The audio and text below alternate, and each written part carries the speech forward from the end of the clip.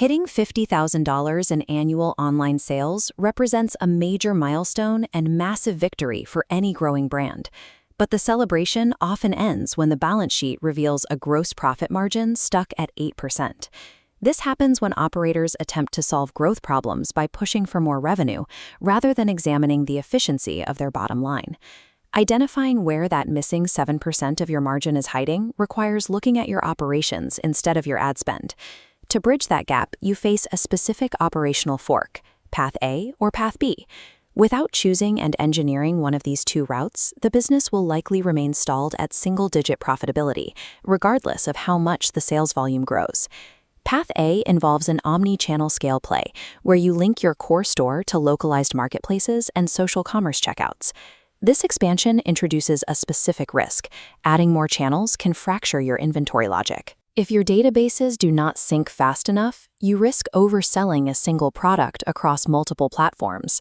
The resulting fulfillment corrections and refund rates can quickly consume that 8% margin.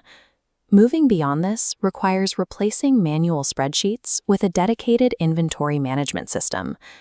This diagram shows how an IMS connects your various sales channels, acting as the single source of truth for the entire business.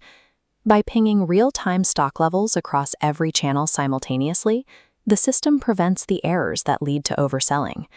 Increasing your revenue across multiple channels only works if the underlying data architecture is capable of protecting the profit margin. If you lack the capital for a broad channel expansion, Path B focuses on margin optimization. This strategy shifts the focus away from aggressive new customer acquisition to extract more value from the customers you already have. This chart highlights the logic behind the shift.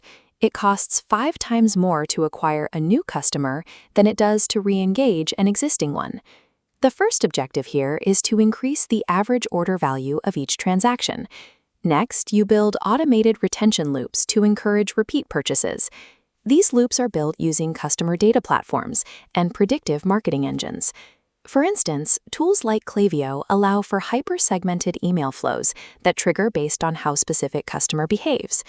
To find where revenue is being lost, platforms like PostHog show exactly where users are dropping out of your checkout funnel.